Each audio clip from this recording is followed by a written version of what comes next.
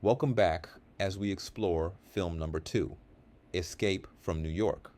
Now, let me bring you into a timeline they don't want you to believe is real because it's not just a movie, it's a blueprint. Escape from New York, directed by John Carpenter, is one of those films that came off as sci fi action in the early 80s. But if you were paying attention, and I mean really paying attention, you'd realize it was leaking truths about the world to come. Set in a future 1997, the story follows Snake Plissken, a one-eyed war hero turned criminal sent into the walled-off prison colony that used to be New York City. Why? To rescue the President of the United States after Air Force One is hijacked and crash lands there. But that's just the cover story. The real mission and the real message goes deeper. Let's talk setting first.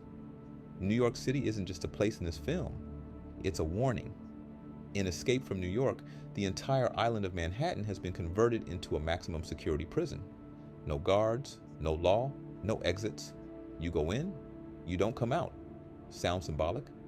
It should, because Manhattan here represents the crumbling of empire, a once glorified center of power now walled off, abandoned, and run by tribal factions. It's post-collapse urban decay, and if you walk through cities like Detroit, parts of Chicago, or St. Louis right now, tell me it doesn't look familiar. Which brings me to something most miss. The film wasn't even shot in New York. Carpenter filmed it in downtown St. Louis, specifically Union Station, a place that still echoes old world architecture. Now, why is that important? Because they needed something that looked ancient, gothic, broken down, but majestic, like a world that had already fallen. That's intentional. That's not just filmmaking, that's visual spellcasting. Snake Plissken, played by Kurt Russell, isn't just a badass anti-hero. He's an archetype. The disillusioned warrior, the betrayed patriot, the man who knows the system is broken and plays his own game. He's the synthesis of masculinity that's been used, discarded, and now weaponized against the very beast he once served. That's an alchemical transition. Snake's eye patch, symbolic. He doesn't just lose sight of the world, he sees it through a different lens. The one-eyed man in the land of the blind. Now the president himself, this ain't your idealized leader. He's weak, clueless, expendable. The film doesn't even pretend he's worth saving on moral grounds.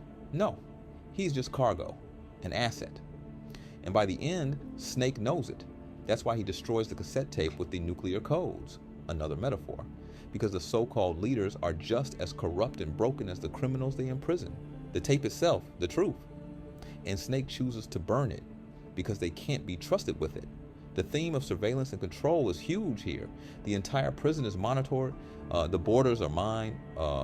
There's nowhere to run. Everyone's being watched, and Snake's given a time bomb in his neck. And that's predictive programming for biometric enforcement, tracker implants, digital kill switches. Long before we started seeing whispers of that in real life, Carpenter was showing you the proto-panopticon, and he did it in 1981. Let's not ignore the cultural undertones either. The population in the prison, poor, disenfranchised, discarded. Many of them weren't even violent, they're just non-compliant.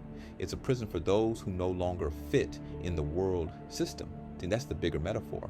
Carpenter's saying, when the system no longer needs you, it disposes of you, wall you off, pretends you don't exist. In that dystopian prison, that's the world now for many people. Even the aesthetics of the film are critical. No clean tech, no shiny future. It's grimy, analog, rust-covered. It's the collapse of utopia, not its rise. The color palette is void of life. The interiors, industrial relics and collapsed theaters, feel more like forgotten ruins than functional buildings. The old world is still there, just buried in rot. That's symbolic too, because we live among the bones of something greater, pretending we built it.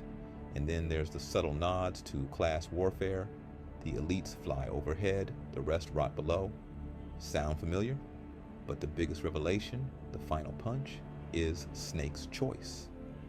After risking his life, dodging psychopaths, gladiator fights, and double crosses, he doesn't sell his soul. He doesn't save the world. He destroys the code. Because some worlds don't deserve saving, and sometimes you have to burn the lie to reclaim your sovereignty. Snake Plissken isn't a hero. He's a symbol of the awakened warrior, the man who walks through the ruins, unmoved by the systems of power because he's seen what lies beneath them. So don't watch Escape from New York just for the action. Watch it for what it is, a prophetic warning, a symbolic deconstruction of empire, a coded message